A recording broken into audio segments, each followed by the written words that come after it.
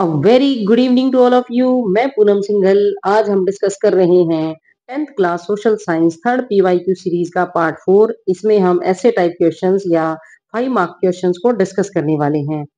First question है, मिस्र की प्रशासनिक व्यवस्था पर प्रकाश डालिए।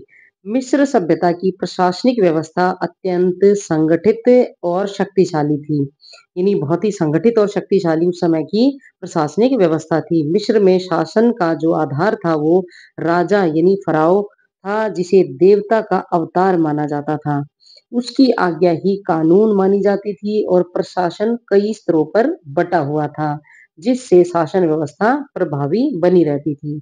यानी अलग-अलग स्तरों पर बाँट कर वहाँ का प्रशासन चलाया जाता था। नेक्स्ट पॉइंट है, हम मुख्य बिंदु देखते हैं। फर्स्ट पॉइंट है, फ़राओ सर्वोच्च शासक। यानी फ़राओ को देवतुल्य, देवता का प्रतिनिधि माना जाता था। उसकी शक्ति पूर्ण होती थी, यानी उसी का जो निर्णय होता था उसे अंतिम माना जाता था। नेक्स्ट पॉइंट है, केंद्रीय प्रशासन मजबूत। सभी राज्य कार्य फ़राओ के नियंत्रण में चलते थे। यानी जैसा उनका आदेश होता था उसी के अनुसार राज्य कार्य किए जाते थे। नेक्स्ट पॉइंट है, वजीर यानी प्रधानमंत्री। फ़राओ का मुख्य सलाहकार या न्याय और प्रशासन का प्रमुख अधिकारी होता था। उसे वजीर या प्रधानमंत्री कहा जाता था। नेक्स्ट पॉइंट है, प्रांतीय प्रशासन। पूरे राज्य को नोम्स नामक प्रांतों में बांटा गया था। नेक्स्ट पॉइंट है, नोमार्क प्रांत प्रमुख।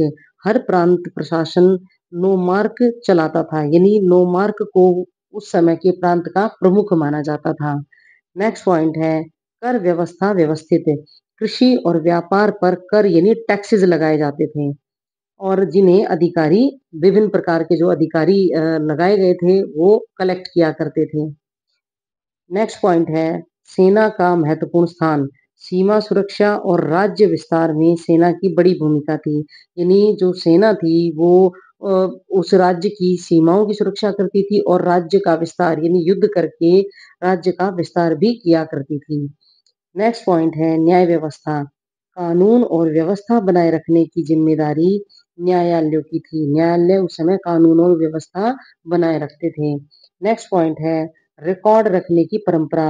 लेखक प्रशासनिक रिकॉर्ड और कर का लेखा जोखा यानी टैक्सेस का लेखा जोखा रखते थे। नेक्स्ट पॉइंट है, सार्वजनिक कार्यों का संचालन।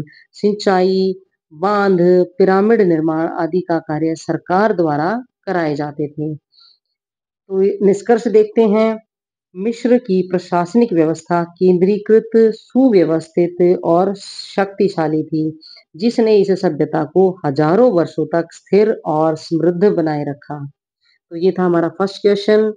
नेक्स्ट क्वेश्चन पर चलते हैं। मेसोपोटामिया सभ्यता के सामाजिक एवं धार्मिक जीवन का वर्णन कीजिए। इन दोनों सभ्यताओं के जो मैप्स हैं वो आप शॉर्ट्स में देख सकते हैं। तो चलते हैं आंसर की तरफ। मेसोपोटामिया सभ्यता का सामाजिक और धार्मिक जीवन अत्यंत विकसित था। यानी उस समय का ये अत्यंत विकसित समाज था। यह सभ्यता टिग्रिस और यूफ्रेटिस नदियों के बीच बसे नगर राज्यों में विकसित हुई थी। समाज में वर्गीय व्यवस्था और धर्म का गहरा प्रभाव स्पष्ट रूप से दिखाई देता था। सामाजिक जीवन, वर्ग संरचना। समाज 3 वर्गों में बटा हुआ था। उच्च वर्ग, राजा या पुरोहित, यानी उच्च वर्ग में राजा या पुरोहित आते थे। मध्य वर्ग में किसान और कारीगर शामिल थे और निम्न वर्ग जो था उसमें दासों को रखा जाता था। परिवार इकाई उस समय की पितृसत्तात्मक जो परिवार था, यानी जो पिता होता था वो मुखिया होता था। नेक्स्ट पॉइंट है, पेशा आधारित समाज। किसान, व्यापारी, सैनिक, कारीगर अलग-अलग व्यवसाय किया करते थे। नेक्स्ट पॉइंट है, शिक्षा का महत्व। लेखक विशेष सम्मान पाते थे और शिक्षा मंदिरों में दी जाती थी। यानी उस समय विद्यालय या स्कूल उपलब्ध नहीं थे तो शिक्षा जो थी वो मंदिरों में दी जाती थी। नेक्स्ट पॉइंट है, स्त्रियों की स्थिति। स्त्रियों को संपत्ति रखने का अधिकार था, परंतु समाज पुरुष प्रधान था। पुरुष प्रधान समाज होते हुए भी उन्हें संपत्ति रखने का अधिकार उस समय प्राप्त था। नेक्स्ट पॉइंट है, धार्मिक जीवन। फर्स्ट है बहुदेववादी धर्म। अनेक लोग जो थे अनेक देवताओं की पूजा किया करते थे। जिस प्रकार हिंदू धर्म में अनेक देवताओं की पूजा की जाती है, यानी बहुदेववादी, तो उस समय के लोग जो थे बहुदेववादी थे। जैसे एनलिल, अनु, ईस्टर आदि उस समय के उनके देवता थे, उनकी पूजा किया करते थे ये लोग। नेक्स्ट पॉइंट है मंदिर महत्वपूर्ण केंद्र। जिगुरात नामक सीढ़ीनुमा मंदिर धार्मिक और प्रशासनिक केंद्र थे। नेक्स्ट पॉइंट है देव राजा की अवधारणा। राजाओं को देवता का प्रतिनिधि माना जाता था। नेक्स्ट पॉइंट है धार्मिक अनुष्ठान। बलि, प्रार्थना और पर्व त्योहार धार्मिक जीवन का हिस्सा हुआ करते थे। यानी उस समय जो धार्मिक अनुष्ठान थे उसमें बलि देना, प्रार्थना करना और विभिन्न प्रकार के त्योहार मनाना धार्मिक जीवन का प्रमुख हिस्सा था। नेक्स्ट पॉइंट है परलोक विश्वास। मृत्यु के बाद जीवन में वो विश्वास रखते थे, यानी ये लोग पुनर्जन्म में विश्वास किया करते थे। इसीलिए दफनाते समय ये सामान भी साथ रखते थे। यानी पुनर्जन्म के बाद वो सामान उनको प्राप्त हो जाए, इसीलिए वो लोग मृत्यु के समय दफनाते थे जब लोगों को, तो उनका सामान उनके साथ रख दिया करते थे।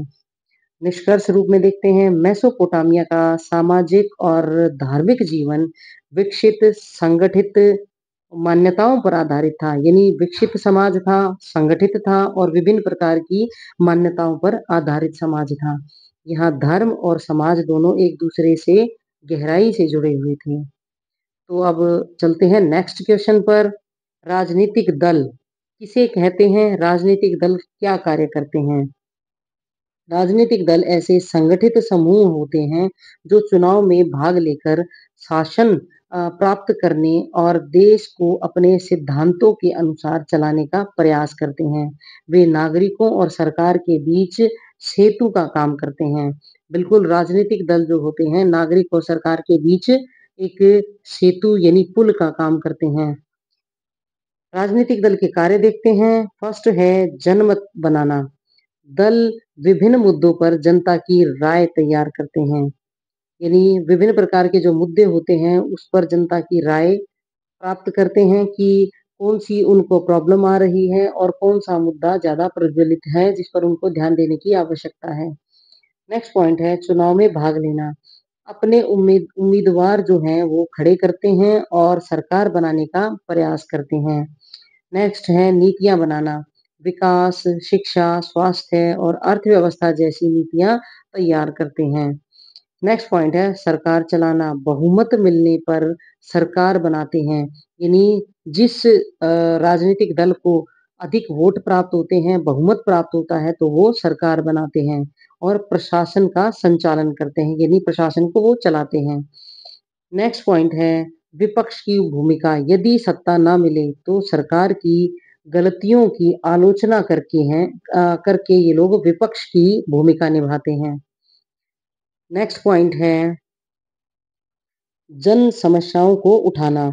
लोगों की समस्याएं सरकार तक पहुंचाते हैं, उनकी प्रॉब्लम्स को ये सरकार तक पहुंचाने का काम करते हैं। नेक्स्ट पॉइंट है राजनीतिक शिक्षा देना।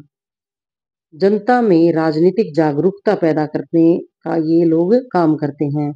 नेक्स्ट पॉइंट है नेतृत्व प्रदान करना। देश और समाज को योग्य नेतृत्व उपलब्ध कराते हैं ये, क्योंकि कोई ना कोई जो नेता ये प्रोवाइड कराते हैं। जो नेता होता है एक बहुमत दल का जो सरकार चलाता है, तो इस रूप में उस नेता के रूप में ये लोग देश और समाज को योग्य नेतृत्व उपलब्ध कराते हैं। नेक्स्ट पॉइंट है कानून निर्माण में भागीदारी। विधानमंडल में कानून बनाने में ये सहयोग करते हैं। नेक्स्ट पॉइंट है लोकतंत्र को मजबूत करना। लोकतांत्रिक परंपराओं को ये बनाए रखते हैं, लोकतंत्र को मजबूत करने का ये काम करते हैं। अब निष्कर्ष देखते हैं। राजनीतिक दल किसी भी लोकतंत्र की रीढ़ होते हैं। वे शासन, नीति निर्माण और नागरिकों की आकांक्षाओं को पूरा करने में महत्वपूर्ण भूमिका निभाते हैं। तो आज के लिए इतना ही। Thanks for watching. Have a nice day.